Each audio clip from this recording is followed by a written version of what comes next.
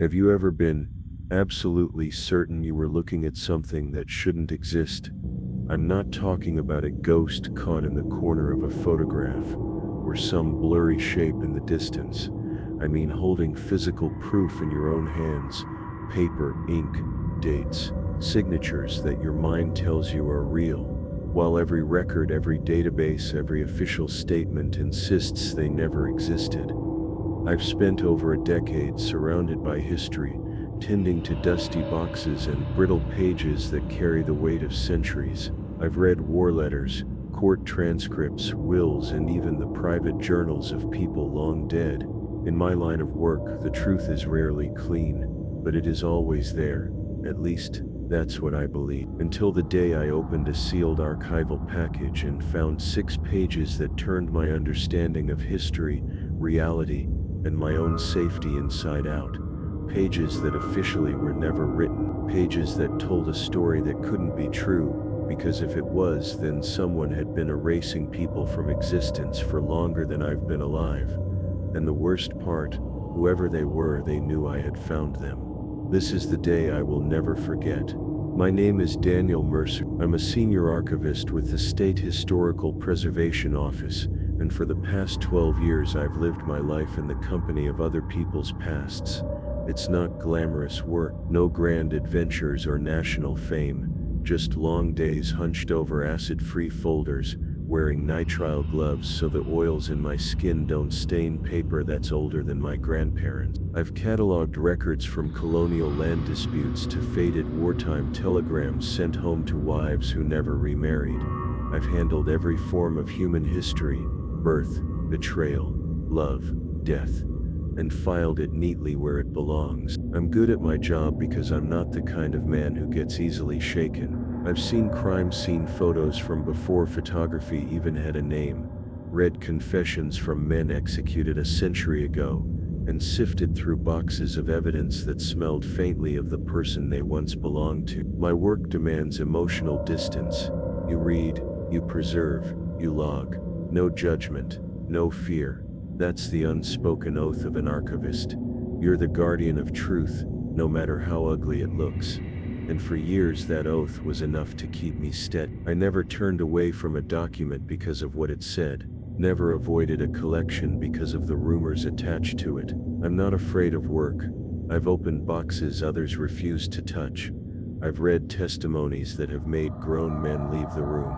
But that was before the day a shipment arrived from the basement of a county courthouse slated for demolition, a crumbling 19th century building with a history of water damage, rats, and neglect. Before I slid open one of its unmarked archival envelopes and felt something I had never felt in my career: cold. Not the drafty basement kind of cold, not the I should have brought a sweater kind of cold. A cold that slid straight down my spine and settled deep in my chest, like someone had stepped up behind me and pressed their palm to my back.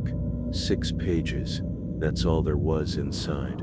They were typed on yellowed paper, the font from a mid-century Smith Corona machine, the edges rough and frayed, each one numbered in the corner, 1 through 6. Each one part of a longer report that I couldn't find anywhere else in the box, or in any other archive. The header read, Internal Memorandum, State Department of Public Welfare, Confidential. The date was April. The problem was, the State Department of Public Welfare didn't exist and when I ran the names signed at the bottom of each page through our personnel database, they didn't just come back with no results. They came back flagged, like I'd tripped some kind of internal security filter. In 12 years of handling everything from family Bibles to declassified war documents, I'd never had an archive fight back. That's when I realized something was very wrong, and my steady hands, the ones that had never trembled in a reading room, wouldn't stop shaking. 2 days after finding the pages, I got the call that would take me out of the safety of my climate-controlled archive and into the kind of place you can feel breathing around you. It came from my department head, Grant. His voice was tight, like he was reading a script. Daniel, we've had a request from the county clerk's office in Brome. They need a full on-site assessment before demolition. The building's a mess. Structural issues, black mold, Whole basement's been locked up for decades. You're the only one with the right clearance for some of the material. Brom. My gut twisted. That was the return address on the envelope with the 6 pages. When I asked what exactly I was looking for, he just said, "Anything worth preserving," and hung up before I could press him. The courthouse sat on the corner of Main and Ash, a hulking brick relic with boarded windows and weeds growing from the roofline. Up close it looked less like a government building and more like a condemned asylum. A faded plaque by the entrance declared it was built in 1894, but the chain-link fence around it was much newer, topped with razor wire. A security guard waited at the gate, thin, gray-haired, with the posture of someone who'd seen too much to be impressed by anyone's credentials. The name patch on his coat read Waller. He scanned my badge longer than necessary before unlocking the gate. "Basement's where you'll find your files," he said, his voice low, gravelly. "But you'll want to be out before dark. They've had trouble here after hours." "What kind of trouble?" I asked. He studied me for a moment, then said, "You'll see," and pushed open the door. Inside, the air was heavy with dust and something sour, metallic, the kind of smell you only get in places that have been sealed off from the world, and maybe from the truth, for far too long. My footsteps echoed in the empty corridors, the light from my flashlight slicing through the gloom. The main floor was what you'd expect. Abandoned offices, overturned chairs, peeling paint, but the stairwell to the basement was different. The temperature dropped 10 degrees by the time I hit the 3rd step. The sound changed too. Above, you could hear the faint hum of the street outside. Below, it was muffled, thick, like the air was full of water. The basement door was locked with a padlock that looked older than me. Waller produced a key from his coat, but before handing it over he said, "If you hear anything you can't explain, don't stop to figure it out, just leave." I didn't answer. The door groaned open on rusted hinges, and the smell intensified, mold, paper, and something faintly sweet that made my stomach tighten. The beam of my flashlight swept across row after row of shelves, the boxes stacked like coffee. Water stains crept up the walls, and in the far corner, I saw something stranger: 3 concrete panels, newer than the surrounding brick, sealing off what must have once been another doorway.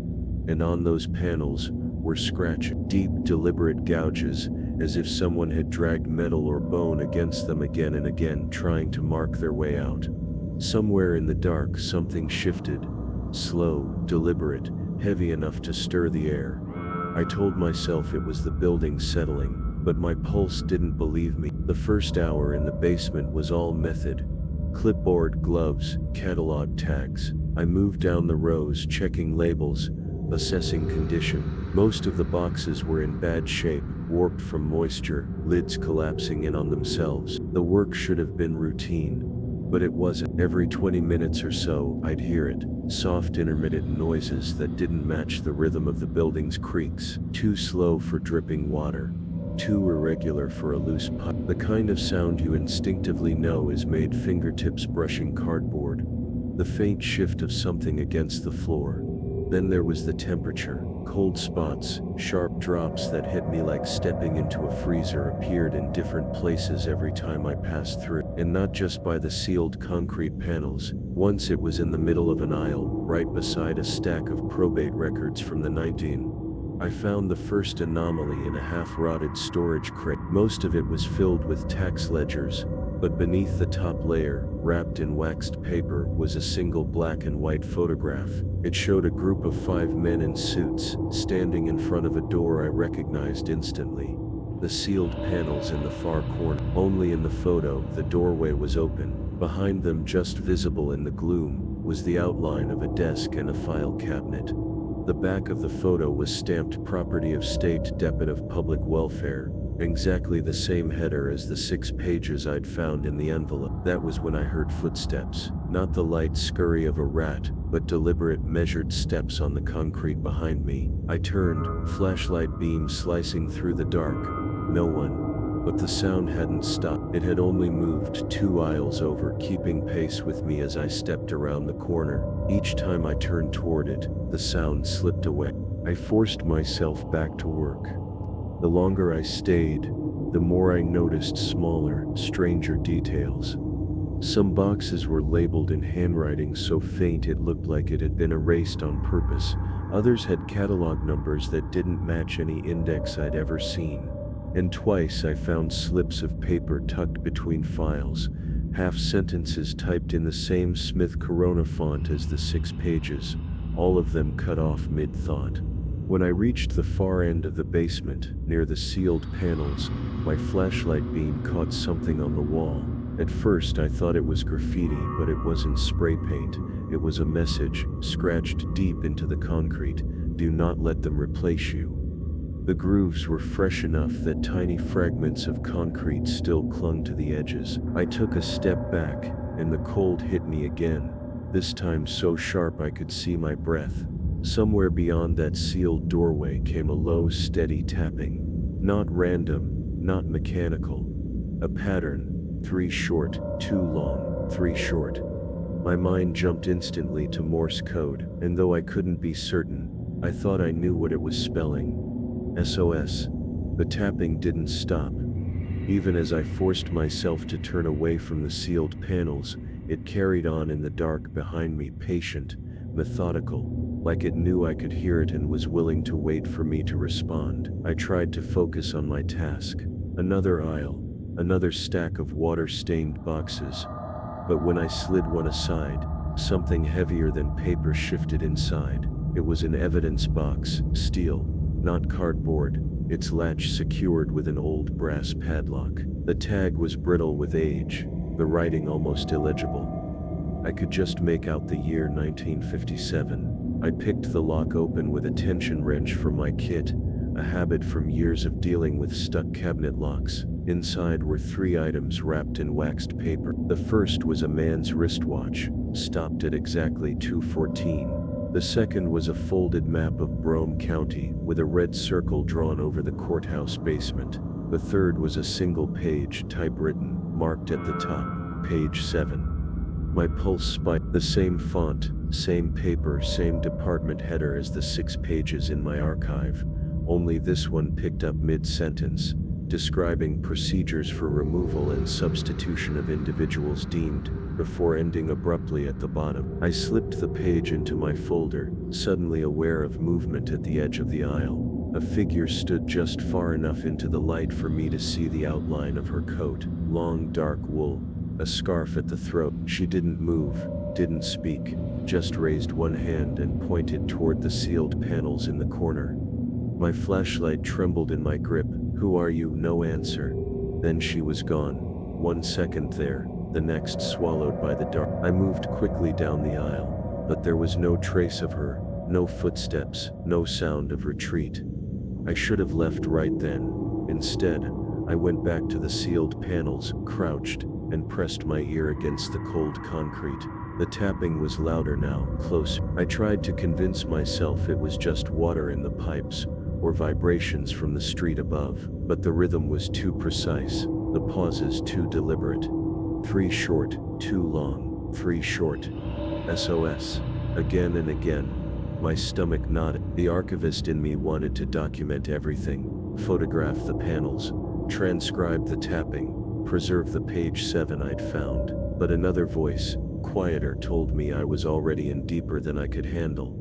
If someone or something was behind that wall, who had put them there? And if the pages I'd found were connected to it, then maybe they weren't just historical anomalies, maybe they were instructions. I stood there for a long time, torn between my oath to preserve the truth, and the creeping certainty that the truth might destroy me if I kept digging. And somewhere in the dark I thought I heard the faint scrape of fingernails against concrete. That night, I didn't sleep.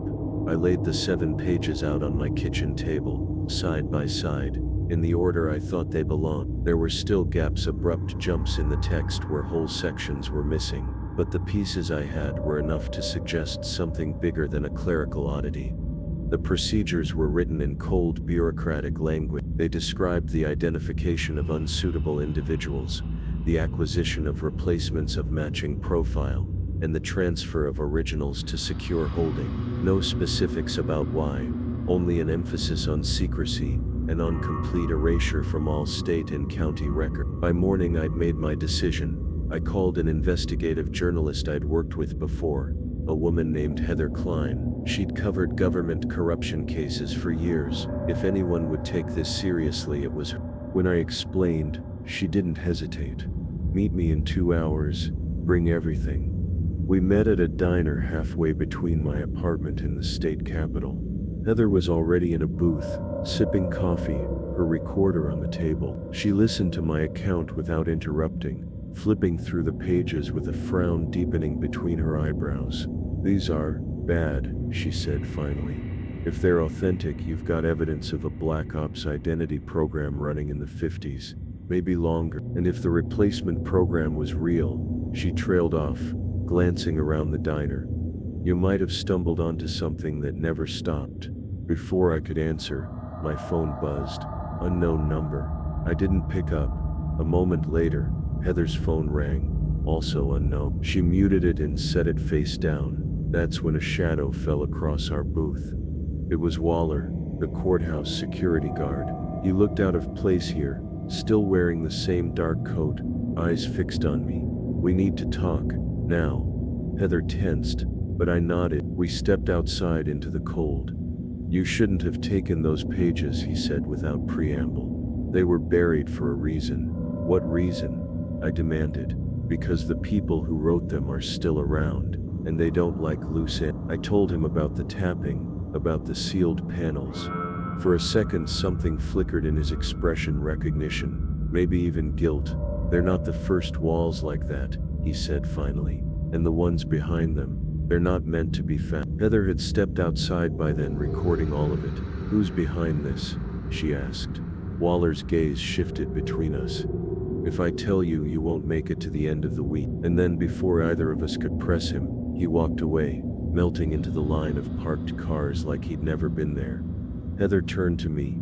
"You realize we can't just drop this, right?" I looked at the pages in her hand, at the cold air spilling from my breath, and thought of the message scratched into the concrete. "Do not let them replace you." "No," I said. "We can't. I used to think my job was about preserving the past, making sure the truth survived for the sake of history, no matter how ugly. But after Brome, after the 7 pages, I realized the past wasn't just something you keep. It's something that can still reach out and change you. I wasn't just an archivist anymore. I was a witness, and a witness has responsibilities." In the days after meeting Heather and Waller, I felt that line between past and present dissolve. The pages followed me home, figuratively and literally.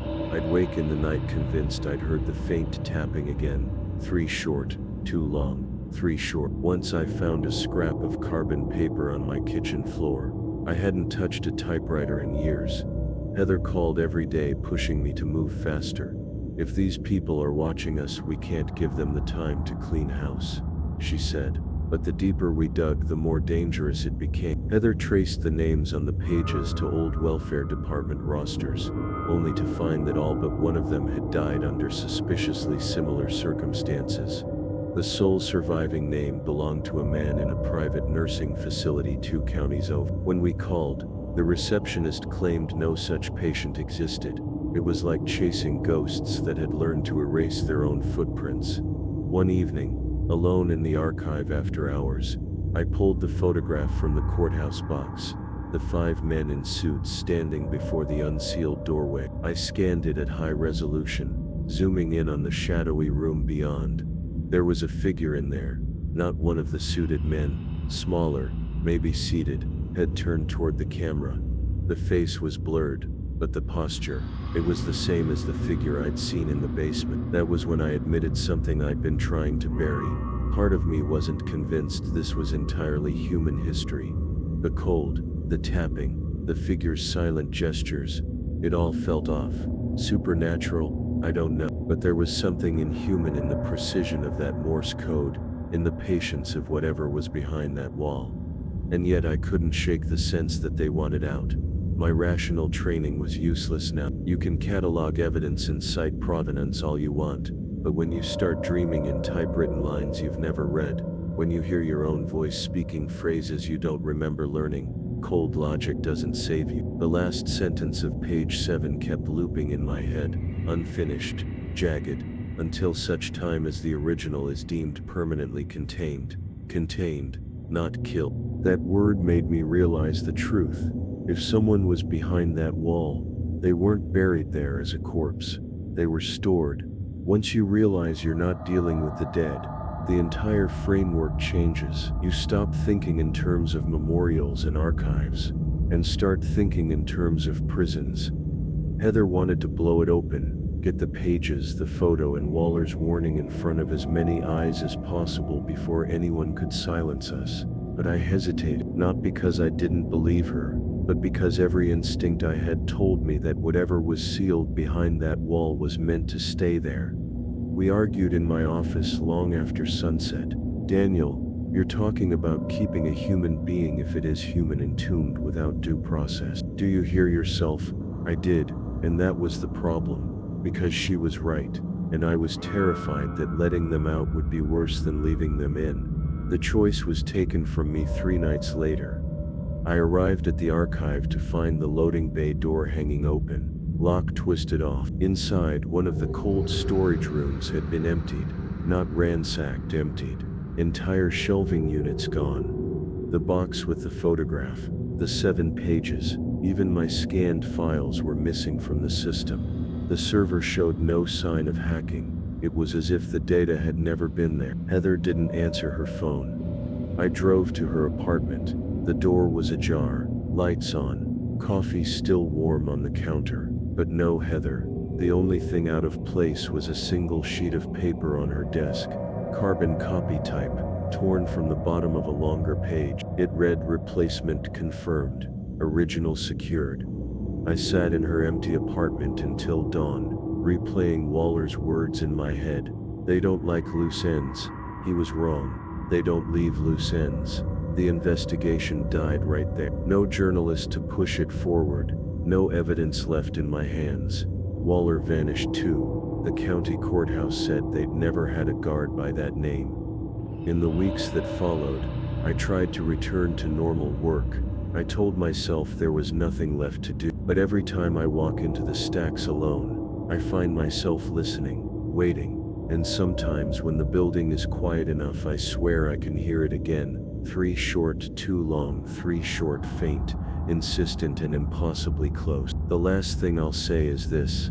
People think archives are quiet places, sealed off from the living, but the truth is they're full of voices. Some are recorded on paper, some on film, and some are still speaking. It's our job to decide if we listen, and once you've heard them, you can never go back to silence.